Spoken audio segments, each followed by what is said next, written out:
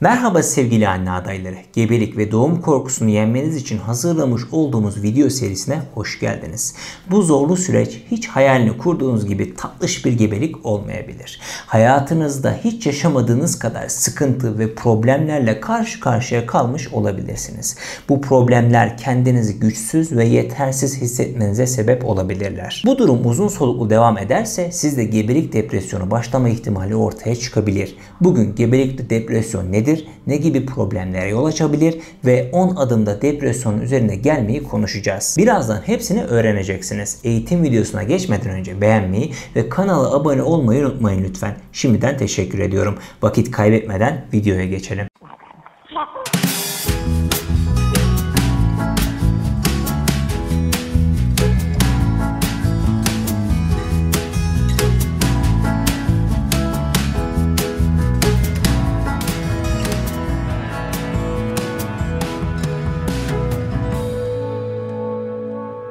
Gebelik süreci ve doğum eylemi kadınların hayat boyu deneyimlediği en önemli olgular arasında yer alır. Bu olgular anne adayları tarafından farklı şekillerde algılanabilir. Bazı kadınlar gebeliği mutluluk, doyum, olgunluk gibi olumlu duygulanımlar ile ifade ederken bazılarında ise stres, endişe, kaygılı bekleyiş gibi olumsuz duygulanımlar ön planda olabilir. Olumsuz duygulanımların yanında gebelik sürecinde ailesel problemlerin olması, yeni rollere uyum sağlanamaması, sosyoekonomik problemlerin varlığı ve doğum ile ilgili sorunların olması kadınların sağlığını olumsuz etkilemekte ve depresyona dahil olmak üzere birçok soruna yol açabilmektedir. Depresyon derin üzüntülü bir duygu durum içerisinde düşünce ve hareketlerde yavaşlama, durgunluk, güçsüzlük, değersizlik, isteksizlik, intihar düşüncesi ve girişimi gibi belirtileriyle kendini gösteren bir sendromdur. Gebelerde depresyon belirti ve bulguları gebelikte görülen fizyolojik değişimler ve şikayetlerle benzer olduğundan tanımlanması yani teşhisi zordur. Birazdan bahsedeceğim belirtileri dinleyip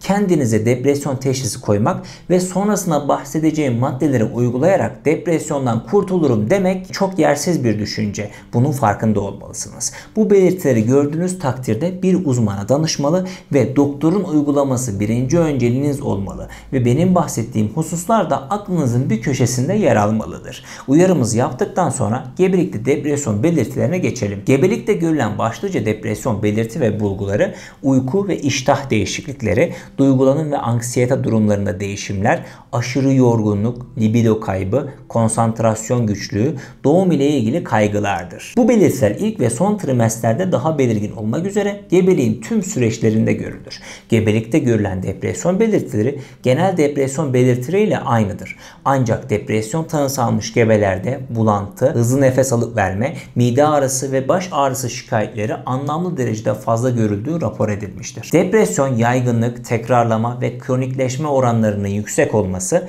iş gücü kaybı ve intihar riskini arttırması sebebiyle özellikle 18 ila 44 yaş aralığındaki kadınlar başta olmak üzere tüm bireyler için önemli bir sağlık sorunudur. Depresyon, doğurganlık çağındaki kadınlarda yaygın bir problem olmasının yanında gebelikte görülme sıklığı daha da artıyor gün geçtikçe. Gebelikte görülen depresyon ile ilgili yapılan araştırmalara göre depresyon ve depresif semptom yaşama yaygınlığı %10 ila 30 arasında değişiyor.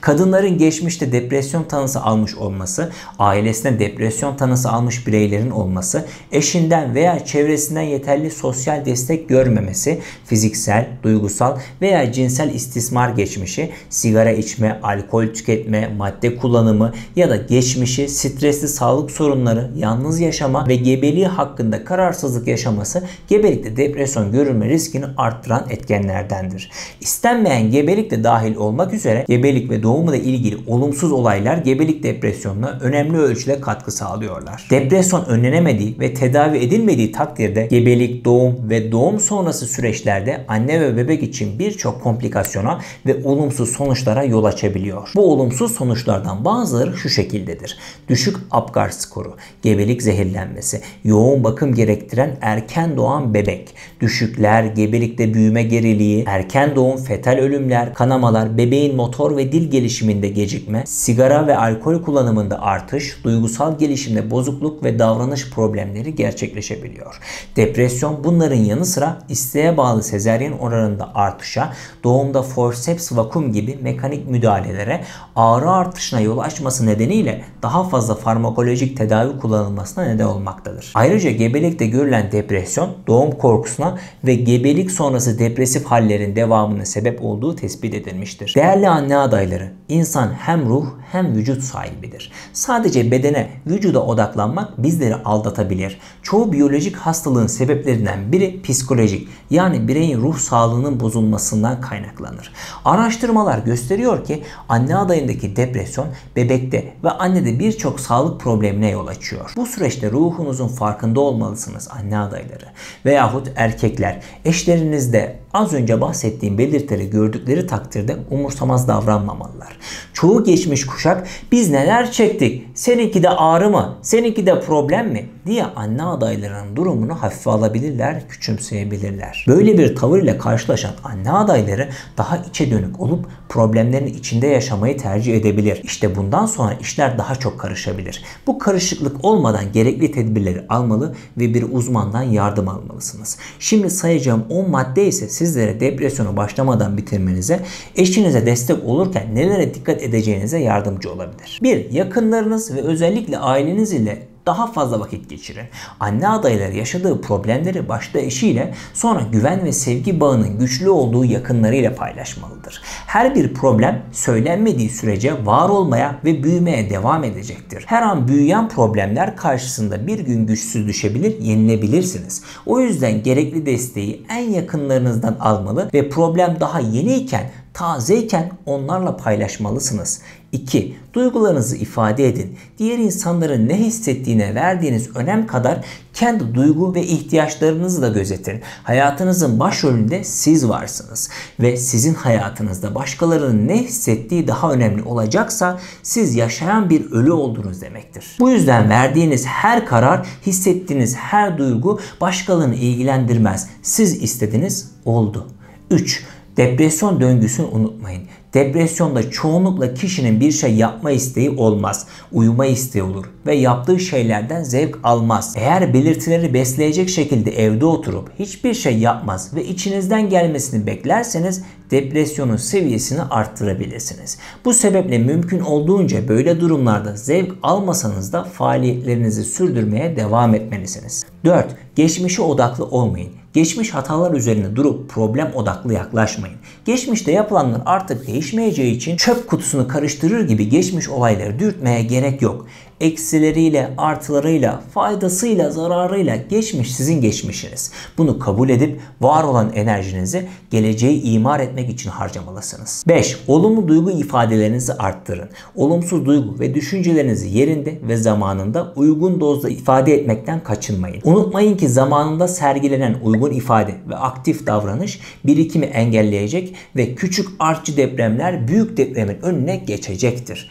6. İyileşme sürecinde dalgalanmalar olabilir ve zaman zaman depresif belirtilerde artış görülebilir. Bunu gayet normal karşılamalısınız. 7. Aile üyelerinin beraber vakit geçirmeleri önemlidir. Zaman geçirme ev içerisinde ufak bir aktivite ile sağlanabileceği gibi ev dışında da yapılan aktiviteler ile sağlanabilir. 8. Gün aşırı açık havada düzenli yürüyüş yapmanın antidepresanlarla aynı tedavi edici etkiyi yaptığını unutmayın. Kademeli olarak temponuzu ve yürüyüş sürenizi gebeliğiniz el verdiği müddetçe arttırabilirsiniz. 9. Ev içinde yatakta geçirdiğiniz süreyi azaltıp hareketinizi arttırabilmek için gücünüz yettikçe ev içi sorumlulukları almalısınız. 10. Gün ışığından fazla faydalanacak şekilde uyumaya özen gösterin. Geç saatlerde yatıp geç saatlerde uyanmak depresyonu kendi başına sürdüren bir etmendir. Erken yatıp erken kalkmaya kendinizi alıştırmalısınız. Gebelikte depresyon ve alabileceğiniz önlemler şeklinde bir video oldu. Umarım sizler için faydalı olmuştur. Videoyu beğenmeyi, kanala abone olmayı ve yorum yapmayı unutmayın lütfen. İlginiz için teşekkür ediyorum. Bir sonraki görüşmemize dek sevgiyle kalın.